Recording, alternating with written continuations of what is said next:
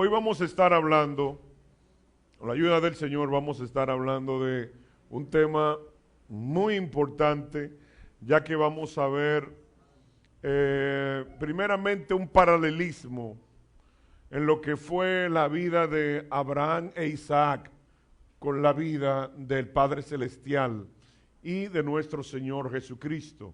O sea, es un tema que aunque vamos a hablar de estos personajes del Antiguo Testamento, pero son un tipo de el Cristo y el Padre. Vamos a ver, es el tema, se llama Abraham e Isaac, y estamos, tenemos ya varias prédicas que estamos estrenando una presentación nueva, ¿verdad? Bien bonita. Entonces vamos a ver Abraham e Isaac. Vamos a ver un pasaje del Antiguo Testamento y lo vamos a comparar con otro pasaje del Nuevo Testamento. Y ustedes verán que es sorprendente el paralelismo que hay en estos cuatro personajes que vamos a estar viendo, y vamos a poder ver cómo en todas las escrituras, el único que es figura del Padre es Abraham. Después todos son figura o de Cristo o de cualquier otra cosa o un momento escatológico, pero figura del Padre, el único que es figura del Padre es Abraham. ¿Y por qué razón? Porque es el único padre que va a matar a su único hijo, y vamos a ver muchas cosas que coinciden de una manera sorprendente. Veamos Génesis 22, vamos a ver muchos versos del capítulo 22, y vamos a ver ahora el verso 2, dice, y dijo, tomad ahora tu hijo, tu único hijo, Isaac, a quien amas, y vete a tierra de Moriah, y ofrécelo allí en holocausto sobre uno de los montes que yo te diré. Estos versos lo conocemos mucho. Aquí está el Señor hablando acerca de que tomara a su hijo, a su único hijo, y lo llevara al monte Moriah a sacrificar. Pero si somos estudiosos de la palabra, nos daremos cuenta que este no era el único hijo de Abraham. ¿Y por qué entonces el Señor le dice a Abraham, tu único hijo? Si estaba Ismael. ¿Y por qué ofrécelo a él en sacrificio? Por algo muy sencillo y elemental. Dios no recibe algo que no provenga de Él. Para Cristo recibir algo, el Señor, el Padre, el Espíritu Santo, recibir algo tiene que venir de ellos, de la Trinidad, o si no, no lo va a recibir. Ismael fue por voluntad humana, por voluntad de la carne. Y Isaac fue por voluntad divina. Vamos a tocar un tema, vamos a hablar de eso un día de estos, lo que es la diferencia de voluntad de la carne, voluntad divina, y otro que fuimos concebidos por voluntad divina.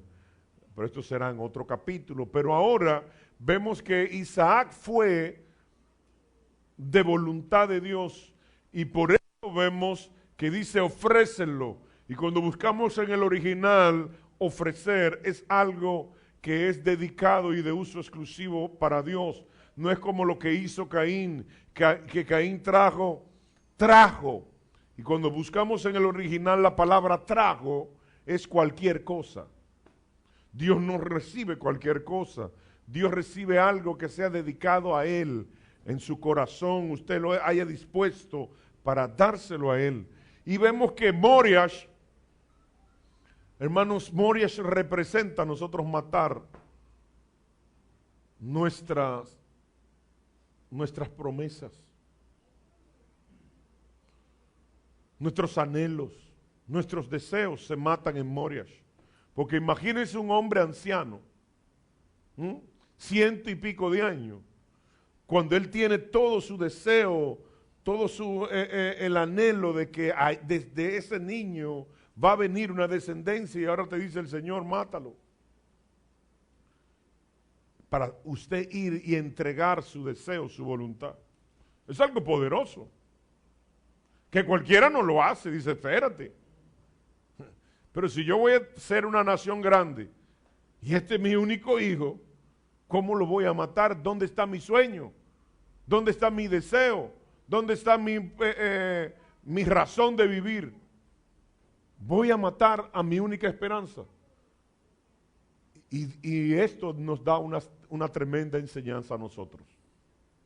Y es que Dios no será nuestro todo hasta que sea lo último que tengamos. Yo no sé si me escucharon.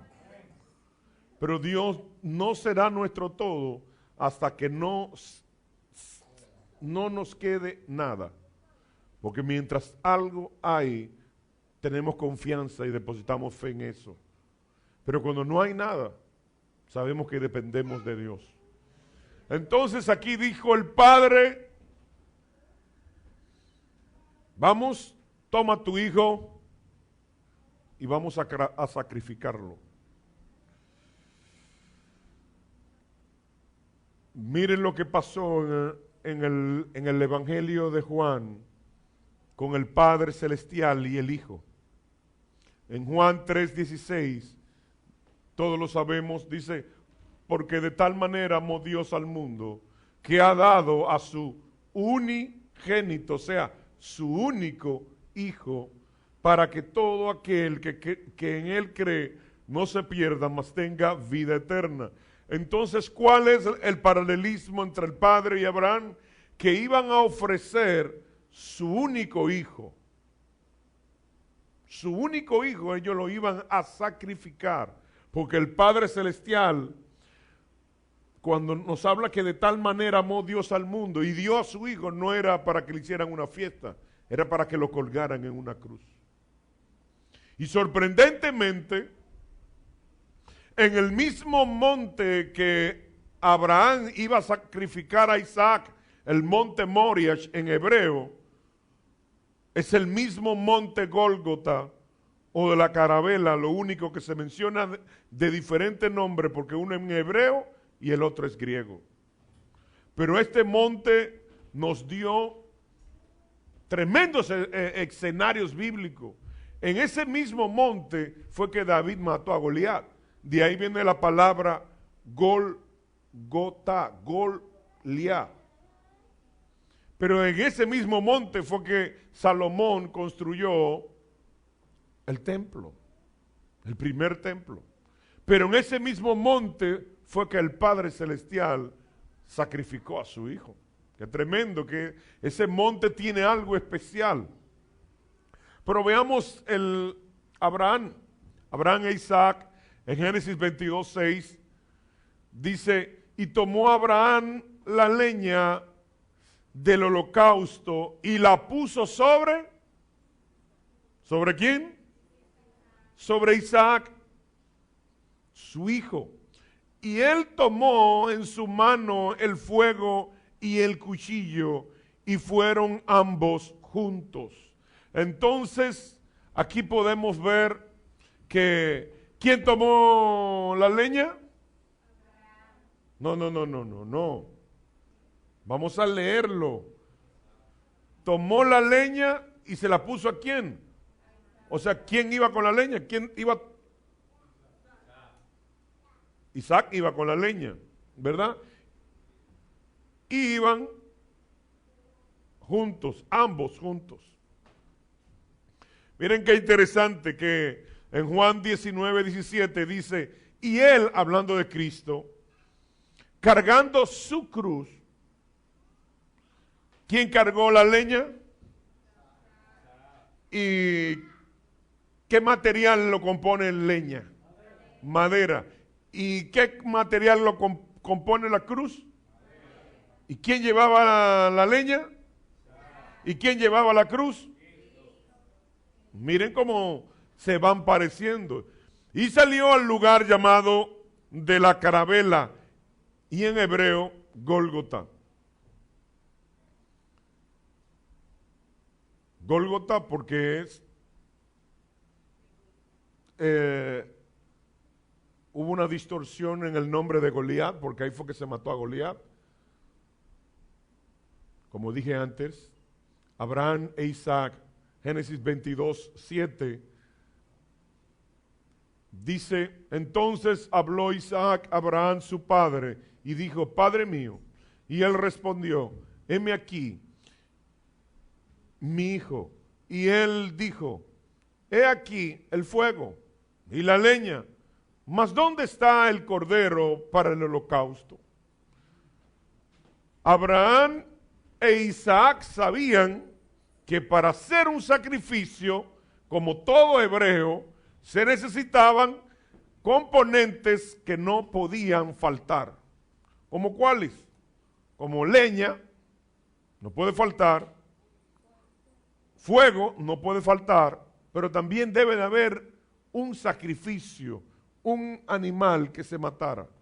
Y ellos iban caminando y había fuego y había leña, pero ¿y el animal? Y están subiendo a un monte donde en ese monte no va a haber nada. Y cuando, por lógica, para usted desarrollar un sacrificio, debe de ir preparado con todo. ¿Y usted cree que Isaac no sabía, ya se iba sospechando de que algo olía mal en Dinamarca? Una pregunta. Si tenemos de todo y solamente falta un sacrificio, y papi va a hacer un sacrificio al Señor, y solamente anda conmigo, ¿usted cree que él no lo sabía? Él sí lo sabía. Y vamos a ver más adelante cómo comprobamos que él sí sabía lo que le iba a hacer su padre. Miren lo que vemos en el Nuevo Testamento. El Padre Celestial y el Hijo. Mateo 26, 39. Yendo un poco delante, se postró sobre su rostro, orando y diciendo, Padre mío, si es posible, pasa de mí esta copa, pero que no sea como yo quiero, sino como tú quieres. O sea, que no se haga mi voluntad, sino la tuya. Aquí está Cristo en el monte del Getsemaní orando, porque él sabía que iba para la cruz. Él, en su omnisciencia, sabía todo lo que le iba a suceder, que lo iban a golpear, que lo iban a desnudar, que lo iban a maltratar cruelmente, y que iba a morir en una cruz. Siendo Dios, iba a morir en una cruz. Siendo Dios, iba a cargar con todos los pecados del ser humano, de la raza humana. ¿Usted cree que esto no lo metió en presión? Por eso sudaba sudores de sangre. Y vamos a ver la muerte científica de Cristo. Todos los datos, pero científicamente, por todo lo que aconteció Cristo. Pero esto será en otro capítulo, ¿verdad? Pero vemos que aquí el Señor sabía todo lo que le iba a suceder, porque ya había anunciado que Él iba a morir, y en una ocasión dijo, nadie me quita la vida, sino que yo mismo la doy y yo mismo la vuelvo a tomar. Él sabía todo lo que iba a suceder. Al igual que Isaac, también sabía lo que le iba a acontecer. Pero veamos algo más, para que vean que no es simplemente algo casual estos versos que estamos viendo. Miren qué tremendo. Génesis 22, 8 dice, Y respondió Abraham, Dios se proveerá de cordero para el holocausto, hijo mío. E iban juntos. E iban juntos. El padre y el hijo iban juntos. ¿Y por qué habló aquí de proveer cordero? ¿Por qué proveer cordero si antes también se sacrificaban bueyes? Se sacrificaban macho cabrío, se sacrificaban paloma, se sacrificaban palomino, oveja. ¿Por qué específicamente cordero? ¿Y quién es el cordero que quita el pecado del mundo? Casualidad. Vamos a seguir viendo casualidades entonces. Pero entonces ellos iban juntos, padre e hijo iban juntos. El Padre Celestial y Cristo también andaban juntos. Siempre estuvieron juntos, desde el principio. Por esto vemos esta palabra que dice en Mateo 27:46. Cerca de la hora novena, Jesús clamó a gran voz diciendo, Elí, Elí, lama sabactani. Esto es, Dios mío, ¿por qué me has desamparado? ¿Por qué Cristo aquí siente que está desamparado, que está solo? ¿Usted sabe por qué? Porque ya él estaba colgado en un madero. Pero el Padre, desde que vino a la tierra, anduvo con él. Y vemos que dice Cristo, el Padre y yo somos uno. Y el Padre siempre estuvo con el Hijo y el Hijo con el Padre, siempre. Inclusive cuando iban cargando la cruz, Cristo, también el Padre iba con su Hijo. Cuando le estaban golpeando, el Padre estaba con el Hijo. Cuando el Hijo hacía milagros, el Padre estaba con el Hijo. Cuando Cristo predicaba, el Padre estaba con el Hijo y el Hijo con el Padre. ¿Por qué razón? Porque siempre andaban juntos. Algo que muestra que siempre andaban juntos es que en ese momento Él sintió la separación, el abandono del Padre Celestial. Y por eso clama y dice, Dios mío, ¿por qué me has desamparado? Si siempre andamos juntos, ¿por qué me dejas solo ahora? Si es el momento en que más te necesito. ¿El Padre fue malo y dejó a su Hijo solo? No. Lo que pasa es que el Padre es santo, santo, santo. Y en ese momento en que Cristo declara esta palabra, todos los pecados desde Adán hasta él y desde él hasta el último ser humano estaban sobre él en la cruz del Calvario. Y como estaba cargando todos los pecados de la raza humana, el Padre no podía estar en ese lugar. ¿Por qué? Porque el Padre es santo. Y cuando tú eres una persona santa, estás separado del pecado y de las cosas malas. Por eso el Padre, su trono está en el tercer cielo y el mundo pecador está en el primer cielo. Una separación. Por eso cuando Luzbel pecó y los ángeles pecaron, fueron destituidos y arrojados fuera, porque no puede habitar el pecado con el Padre y el Padre con el pecado. Entonces, como siempre sentía la presencia del Padre y solo en ese momento no, es por esta razón es que Cristo clama, Dios mío, ¿por qué me has desamparado? Entonces vemos que tanto Abraham como el Padre Celestial siempre anduvieron junto con su Hijo, con su único Hijo. Y son los únicos dos que estuvieron dispuestos a sacrificar a su Hijo, a su único Hijo. Imagínense cuánto uno ama a un hijo. Imagine que sea el único. Como que hay un amor doble. Por eso vemos que cuando una pareja tiene un solo hijo, todas las cosas es para ese niño, porque tienen un solo. El amor es mayor, es el único. Pero ambos, por amor, entregaron a su hijo. El Padre Celestial, porque amó al mundo, y Abraham lo entregó porque amaba al Señor. Por amor. Porque una muestra de amor no es recibir, una muestra de amor es dar. Por eso vemos que en el verso que vimos de Juan 3:16, dice, de tal manera amó Dios al mundo que pidió, que dio. Cuando usted ama, usted da.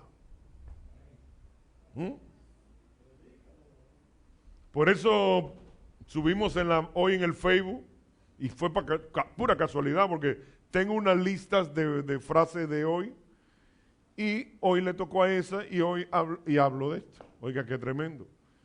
Que no da el que tiene, sino el que quiere. Porque no puedo dar porque no tengo. No tiene, no. Usted no quiere. Porque el que da es el que quiere. Y el Padre amó, el Padre dio. Abraham amó al Señor y dio a su único hijo. Tremendo. Pero miren lo que sucedió con Isaac y Abraham.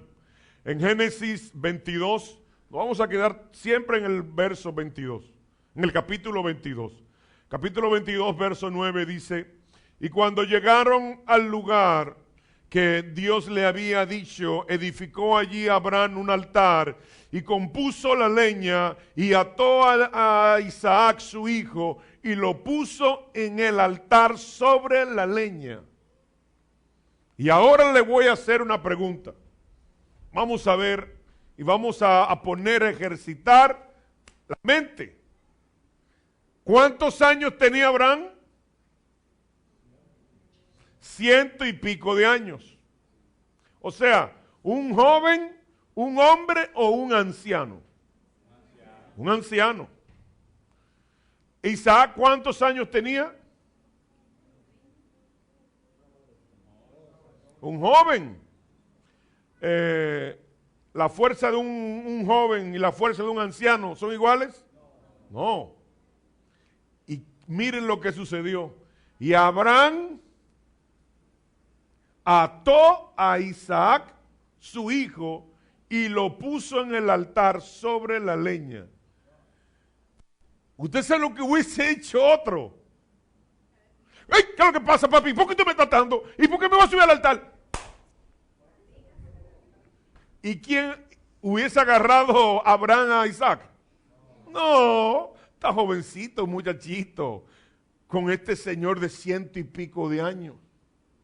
Nunca lo iba a poder atar y nunca lo iba a poder alcanzar. Tenemos que leer la Biblia de esta forma. Abraham ató a Isaac y lo puso en la leña y vamos a prenderle fuego y el niño ahí. El niño no, el adolescente. Tranquilo, ven, sí, mátame. Qué chévere. Nunca he experimentado esto. Qué bueno. No, eso no es así. Abraham estaba dispuesto a matar a su hijo y el hijo estaba dispuesto a dar su vida. Esta es la verdad. Porque si Isaac no hubiese estado dispuesto a dar su vida, nadie lo hubiese atado y nadie lo hubiese agarrado. Es más, no sube al monte. Porque cuando le dijo, papi, aquí está la leña, papi, aquí está el fuego. ¿Y el animal? Ya él sabía. ¿Y Cristo sabía o no sabía? Sabía. Igual que Isaac también sabía lo que le iba a suceder, también lo sabía Cristo. Veamos este verso, Juan 10, 17 al 18. Dice, por eso me ama el Padre. Oiga, por eso me ama el Padre, porque yo pongo mi vida para volverla a tomar. Y nadie me la quita. No fue los romanos. No fue los sacerdotes judíos, Anás y Caifás. No fue Pilato, no fue Herodes. No, él puso su vida y nadie me la quita sino que yo mismo la pongo. Tengo poder para ponerla y tengo poder para volverla a tomar, o sea, resucitar.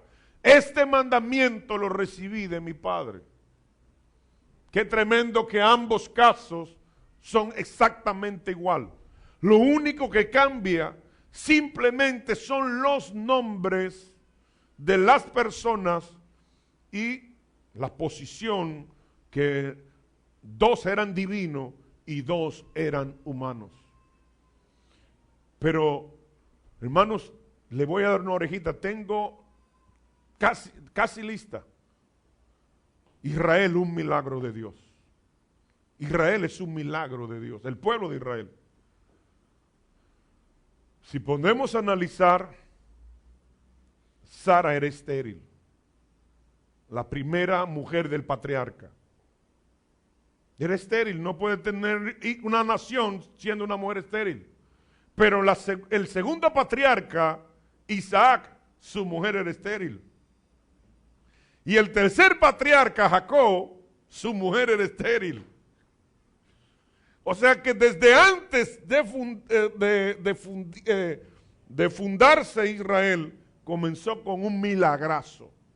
3 mujeres estériles, una detrás de otra. Primer patriarca, segundo patriarca, tercer patriarca. Y hasta el día de hoy vamos de milagro en milagro para que Israel sea nación. Y por eso no sé cómo estos ilusos creen que van a borrar a Israel del mapa. Son ilusos, locos. Israel va a permanecer y será el trono de Dios en la era milenial.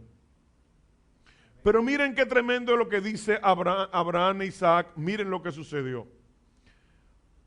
Génesis 22:13 dice: entonces alzó Abraham sus ojos y miró, y he aquí a sus espaldas un carnero, trabado en un zarzal por sus cuernos.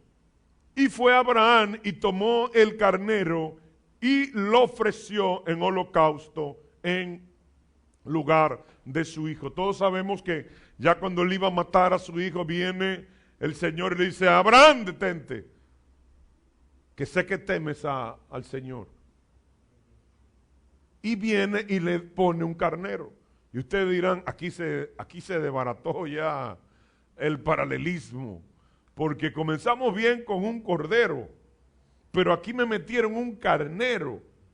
Y dice que tiene cuernos y estaba atado a un zarzal. Entonces ya se dañó todo el paralelismo. No se ha dañado ningún paralelismo.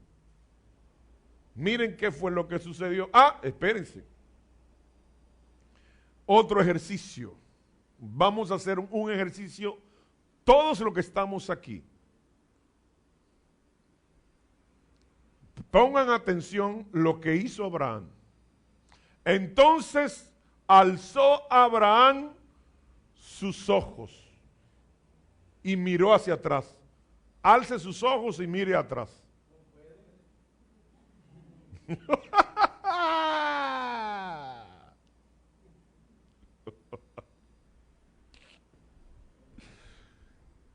Pero este señor anciano de 100 y pico de años, dice la Biblia que alzó los ojos y miró atrás.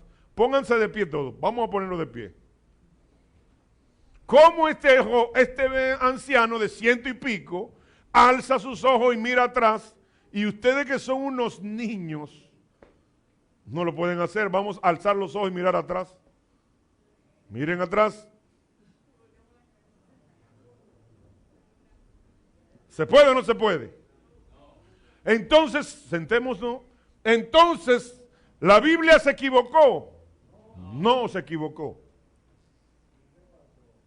que lo que pasó es lo siguiente. Aquí no se interpreta la Biblia literal como está escrita, sino que es una figura. ¿Qué fue lo que vio Abraham? Abraham, cuando vio a sus espaldas el carnero, lo que vio fue la ley, que quedó ¿dónde? Detrás. Y cuando vio el carnero para ponerlo en holocausto, vio hacia adelante, hacia la gracia. Abraham vio atrás cómo quedaba la ley y ahora estaba viendo la gracia. Wow, pero va a cambiar de dispensación de ley a gracia. ¿Cómo puede ser? Le muestro bíblicamente que sí lo vio. Amén, amén. Miren la Biblia. Primero, este es un carnero. Y aquí están los cuernos atrapados en el zarzal. ¿Verdad? Y esto es... ¿Qué es esto? ¿Una oveja o un cordero?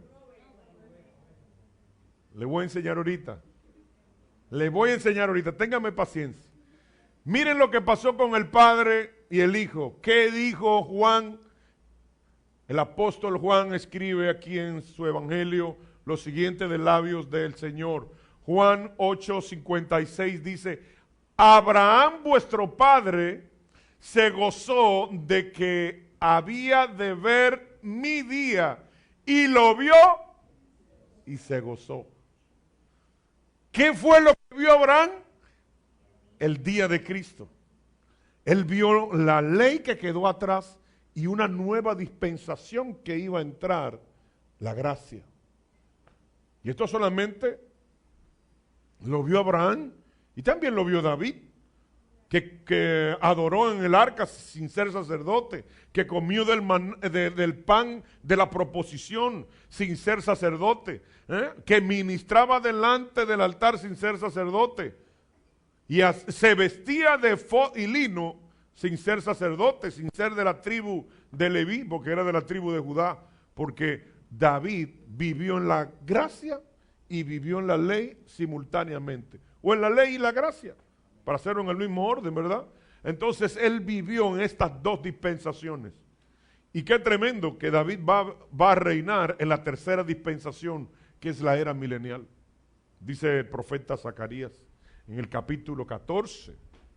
Entonces, veamos algo interesante. ¿Por qué carnero y no cordero? Aquí está Abraham con Isaac a la hora de sacrificarlo. Y de repente aparece un carnero. ¿Y por qué el carnero es figura de Cristo y no el cordero? Por esta sencilla razón. Y dice un refrán que es mejor una imagen que 1000 palabras. Esto es una oveja. La oveja es femenina, es hembra. El cordero es macho, pero los corderos son de 1 año hacia abajo, o sea, joven. Pero el carnero ya es adulto. Y cuando Cristo murió tenía 33 años y algo, o sea, era adulto, no era un muchacho. Por eso aparece el carnero y no aparece un cordero. Y vemos que Abraham dijo al principio, Dios va a proveer de cordero. Dios iba a proveer de un cordero. ¿Por qué? Porque Cristo no vino hombre, vino niño, vino corderito. Y después creció y se convirtió en un carnero. Y cuando llegó a la edad de carnero, entonces vamos para la cruz. Entonces, todo lo concerniente a Abraham e Isaac fue un tipo, una figura de lo que iba a acontecer en la vida de el Padre Celestial e Isaac y Jesucristo. Qué tremendo que nosotros no sabemos más porque no escudriñamos la palabra, pero si ponemos a chequear, Salomón dijo algo. Y dijo, no hay nada nuevo debajo del sol. Todo se repite. Todo es un ciclo que se va repitiendo. Lo único que cambia son los tiempos, los personajes, los nombres de los pueblos, de las personas.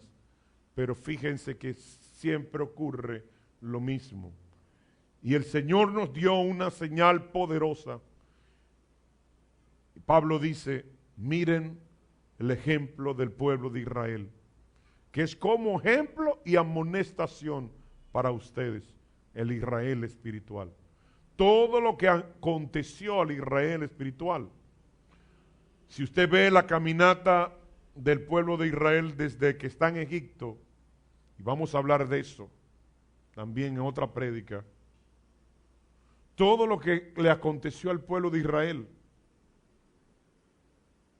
el cruce por el Mar Rojo, que Pablo dice que fuimos bautizados con agua, que figura cuando Israel pasó por el Mar Rojo. Y vemos que en el monte Sinaí figura del bautismo del Espíritu Santo. Y el Gilgal, que había que circuncidar a los hombres. Pero Pablo dice, ahora la circuncisión no es de la carne, sino que ahora es del corazón. Todo es igual. El creyente tiene que pasar todo lo que pasó Israel para poder entrar a su tierra prometida.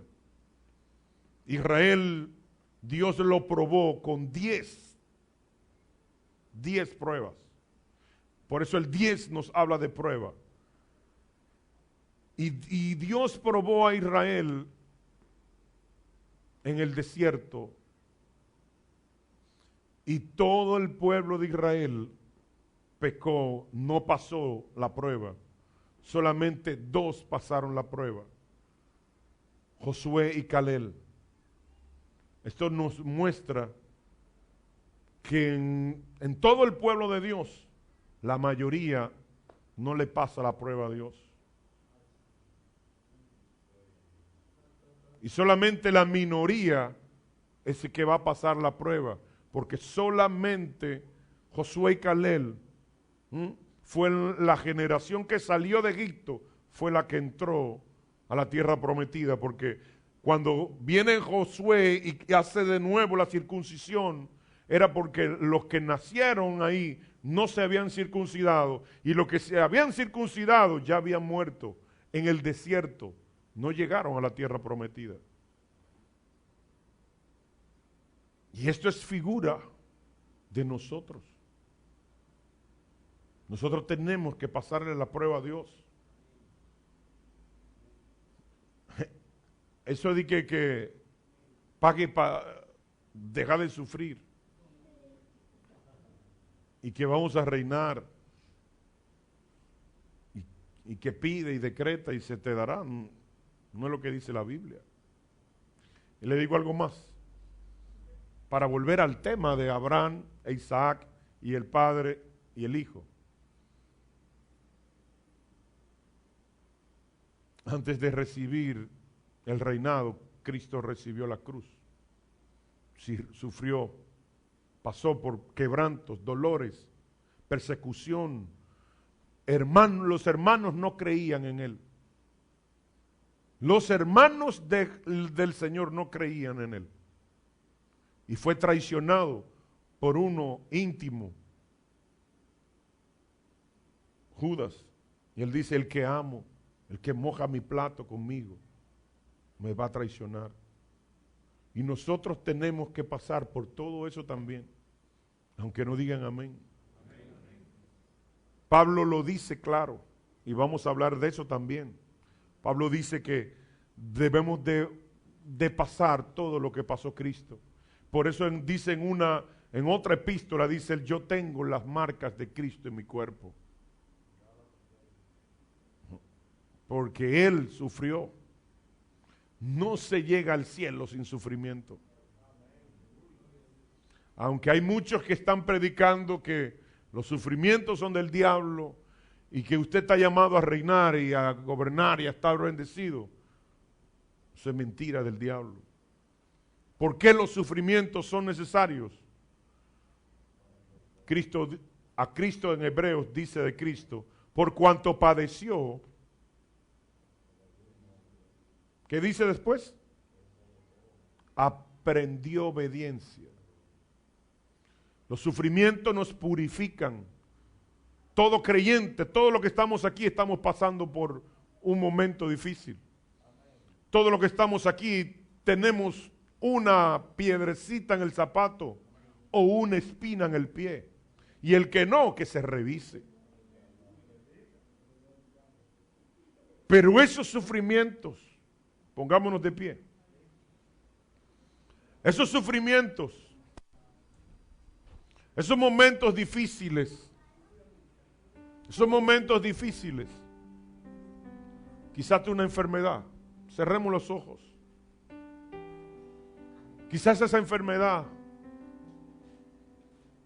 quizás ese momento económico que te está atormentando, ese problema en la familia, eso que tú no entiendes, eso que tú dices, pero si le sirvo al Señor. No, hermanos, tenemos que pasar por ahí, porque los sufrimientos purifican, sacan la escoria, la basura de nuestro corazón. Los sufrimientos son nuestros mejores aliados. Pregúntele a Job. Pregúntele a Jeremías, que le decían el profeta llorón. Pregúntenle a David, que lo persiguieron. Se hizo hasta loco en la cueva de Adulán. Y el Hijo de Dios vino y padeció. Nosotros no vamos a padecer. ¿Seremos nosotros superiores que Cristo? Que no nos merecemos sufrimientos, sino riqueza, fama y dama. No. Los sufrimientos nos van a ayudar a moldear y a afirmarnos en la verdad, porque los que no son de Dios van a huir. O se van a levantar y a murmurar como Coré, como María, la hermana de Moisés, o Aarón. Murmuraron, chismearon, calumniaron. María con lepra, Aarón desnudo y muerto, porque no pasaron la prueba. Y en los momentos difíciles, cuando mandaron a los 12 espías, a los 12, dijeron 10 pruebas. No vamos a poder entrar. Allá hay gigantes. Nosotros somos como langostas. Y la langosta no es la langosta que nosotros conocemos. Cuando ellos hablan de langosta es la esperanza, el animalito pequeño. Y así se compararon con los problemas. La mayoría estaba equivocado, porque la mayoría no tiene la razón. Por eso vemos que hay más iglesias de la prosperidad que de sana doctrina. Pero la mayoría no tiene la razón y van a sucumbir en el desierto, no entrarán a la tierra prometida. Pero Josué y Caleb dijeron, es cierto que hay gigantes, pero Dios está con nosotros. Y si Dios está con nosotros, vamos a volver polvo a esos gigantes. Esa fue la actitud correcta. Por esa actitud, Josué y Caleb entraron a la tierra prometida. Y ya Caleb, anciano, decía, yo tengo deseo de seguir conquistando tierra, pueblo. Porque Dios le dio vigor. Y de Moisés dice que era anciano y tenía vigor y sus ojos no oscurecieron. Estaba fuerte como un toro. Porque todo el que le agrada a Dios, aunque pase por el desierto, los desiertos no son para matar, hermanos. Los desiertos económicos, los problemas no es para muerte, es para que usted vea la gloria de Dios. ¿Cómo pueden ver un mar rojo abrirse delante de tus ojos si no hay mar y si no hay desierto? ¿Dónde fue que hizo Moisés su primer milagro? ¿En el palacio de Faraón o en el desierto? Fue en el desierto. Fue en el desierto que Moisés hizo el primero, hizo el segundo. Fue en el desierto que vieron al Señor por primera vez Moisés, pero también todo el pueblo de Israel. Fue en el desierto que vio al Señor en el monte Sinaí. Le habló, lo vieron, se le manifestó. No fue en la abundancia. ¿Y por qué no en la abundancia y sí en la escasez? Para que tú no te aferres a las riquezas. Porque donde está tu tesoro, allí está tu corazón. Porque si tú estás con tu corazón en el cielo, esos problemas, esos gigantes, y ponle tú el nombre, no son gigantes que te van a matar, que te van a destruir. Tú le vas a decir: y este filisteo incircunciso ha ofendido al Dios de los ejércitos. Hoy le corto la cabeza en el nombre de Jesús. Siendo un niño contra un gigante, y le cortó la cabeza, porque esto no es con fuerza, esto no es con conocimiento, esto es con su Santo Espíritu. Amado, yo te bendigo para que tú veas tus gigantes, no como los 10 que lo veían grande. Velo como la oportunidad de ver a tu Dios moverse a tu favor. Porque nunca vas a ver al Dios que sana si no hay enfermedad. Y nunca va a ver al Dios que provee si hay abundancia. Y nunca vas a ver al Dios que liberta si no estás atado con un vicio, o quizás en la cárcel. Nunca vas a ver al Dios que pelea por ti si estás en paz. Todo es para que veamos la gloria de Dios. Eso fue lo que le dijo Jesús a Marta y a María. ¿No te he dicho que si crees verás la gloria de Dios? Ya no lo veas muerto el milagro. Vamos a verlo ahora resucitado. Y Dios lo hace. Porque cuando le preguntaron al Señor: Señor, ¿quién pecó? ¿Él o sus padres para que él esté en esa condición? El Señor le dijo: ni el padre ni él ha pecado. Esto es para que se vea la gloria de Dios. ¿Cuánto creen en eso? ¿Cuánto creen que esa dificultad, ese problema, esa aflicción, ese sufrimiento, ese dolor, esa angustia, no es para matarte, sino para que tú veas la gloria de Dios y cuente tu testimonio? Tu fe se afirme, tu fe crezca y seas madura espiritualmente. Y que hagas como hizo Moisés, que siendo príncipe en Egipto, lo dejó todo y se fue para un desierto como viendo al invisible. Y esto le agradó a Dios. Eso mismo hizo Abraham también, siendo anciano y riquísimo. Dios le dijo: sal de tu tierra y tu parentela y ve al lugar donde yo te muestre. Un hombre anciano y rico, a tirar aventura. Si fuera un muchacho, sí, pero soy viejo. Él no racionó, él no buscó lógica, él simplemente obedeció la voz. Por eso le dijo el Señor: por cuanto obedeciste mi voz, por cuanto obedeciste mi voz, yo haré de ti una nación grande, innumerable, que no se puede contar. Y te daré una nación física y otra espiritual, la iglesia. Y aquí estamos todos, mostrando de que ese anciano no se equivocó y Dios respaldó su palabra sobre ese anciano. Yo te bendigo para que creas. La Biblia no nos llama lógicos, ni buscar el raciocinio. Nos manda a creer, a tener fe, para ver la gloria de Dios y para que tu mar rojo se te abra delante de tus ojos, porque delante de los ojos nuestros se va a abrir. Yo te bendigo para que creas en la palabra y no creas en el hombre. Yo te bendigo para que puedas hacer y ver grandes cosas en el Señor.